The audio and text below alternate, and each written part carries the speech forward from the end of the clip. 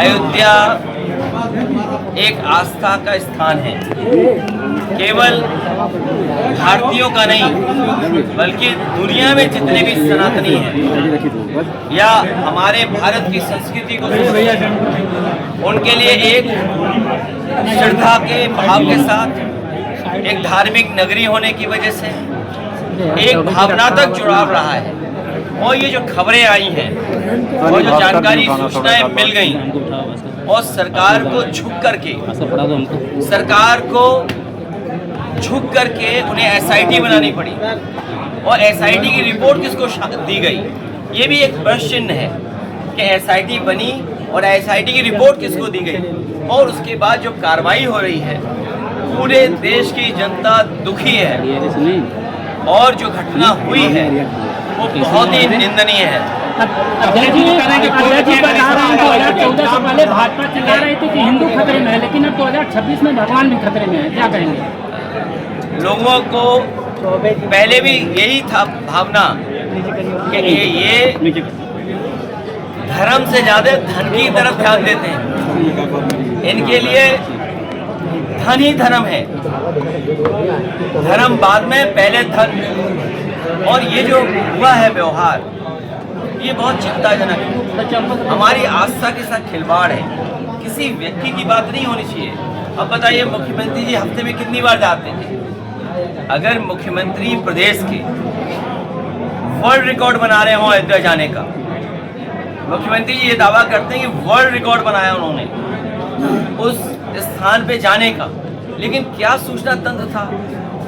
क्या उनकी जानकारी में नहीं था? अगर ये उनकी जानकारी में नहीं था, जो पूरे प्रदेश में भ्रष्टाचार फैला हुआ है या जिस तरह की महंगाई है या जिस तरह के आम जनता को इलाज के लिए, दवाई के लिए तहसील में, थाने में जो फेस करना पड़ रहा है, तो मुख्यमंत्री तो खुद ही स्वीकार कर रहे हैं अगर गिरफ्तारी हुई है और जो सूचना मिल रही है कि इतने लाख रुपए निकले, कभी कंडों में निकले, कुछ ऐसे जेवरात हैं। लोगों ने, सिंधी समाज ने आरोप लगाया कि हमने तो इतनी चांदी की शिला दी थी या आप मान लीजिए डायमंड दिया था या गुप्त दान था। तो ये आस्था के साथ जो खिलवाड़ किया है वो प्रभु श्री राम कभी उन लोगों को माफ नहीं कर सकते। तो सरकार ने आप लोग मामला नहीं उठाते तो नहीं आता। हाईकोर्ट ने रोक लगा दी की बात कर रहे हैं, सरकार आएगी आप नहीं। देखिए प्रधान हमारी बहुत लोकतंत्र में सबसे प्राथमिक यूनिट है। जो लोग नवंबर में चुनावों की बात कर रहे थे, जो वन नेशन वन इलेक्शन की बात कर रहे थे, वो प्रधानी का चुनाव नहीं होने दे रहे हैं। सोचो, वन नेशन वन इलेक्शन कहने वाले लोग, या यूँ कहें हम कि नवंबर में चुनाव कराने की अफवाह फैलाने वाले लोग प्रधानी का चुनाव नहीं करवा रहे। और सच्चाई तो ये है, हमारे प्रधान भाइयों का खर्चा बढ़ा दिया। अब उन्हें जब तक चुनाव नहीं होगा तब तक चुनाव लड़ते रहना पड़ेगा। सर ये सरकार खुद स्वीकार कर रही है कि सीसीटीवी से छेड़खानी हुई है। सीसीटीवी से छेड़खानी तो हुई है, लेकिन सीसी कितना वसूला गया है?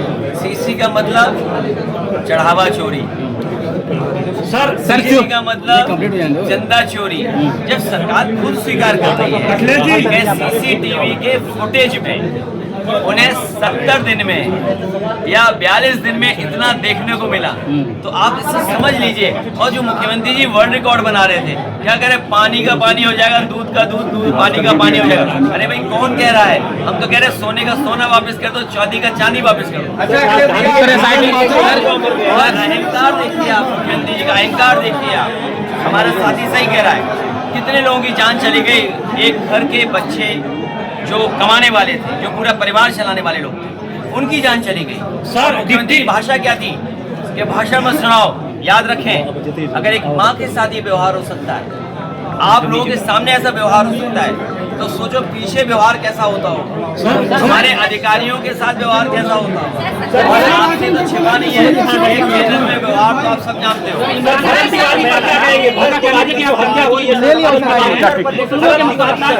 क्या चीज मुस्लिम लोगों की बताया थे कोई चर्चा नहीं करते, चंदीवाड़ी से आप सर ऐसा है। देखिए, मुझे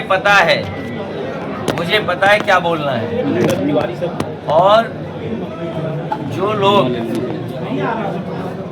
इस माहौल को समझ रहे हैं वो जानते हैं कि उत्तर प्रदेश में भारतीय जनता पार्टी को हटाना कितना जरूरी है।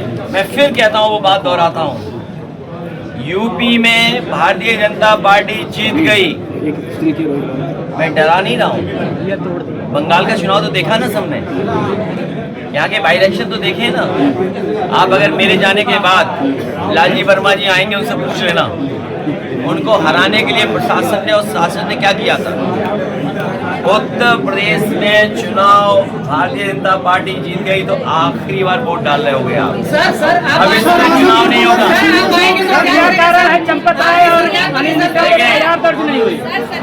विकास यहाँ जितने लोग बैठे हैं, ये आजमगढ़ के लोग कभी गाजीपुर गए होंगे एक्सप्रेसवे से, कभी लखनऊ गए होंगे या दिल्ली गए होंगे। ये जो विकास की गति है इसको बढ़ाएंगे।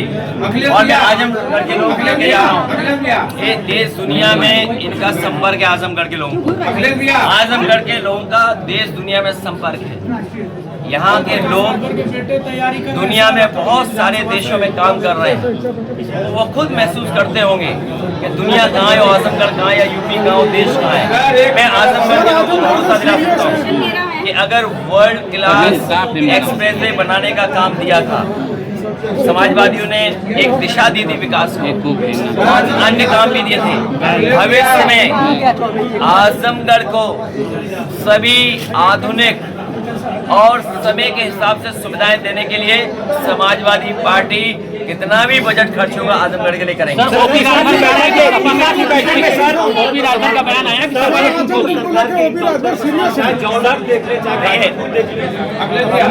ये मैं इसलिए बहुत ज्यादा नहीं बोलना चाहता हूँ। एनकाउंटर में अगर मुख्यमंत्री से मिलने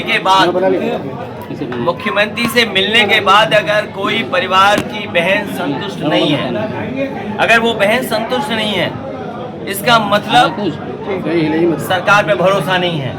उस बहन के साथ साथ लाखों लाख हमारी माताएं बहनें, उनको भी भरोसा नहीं होगा।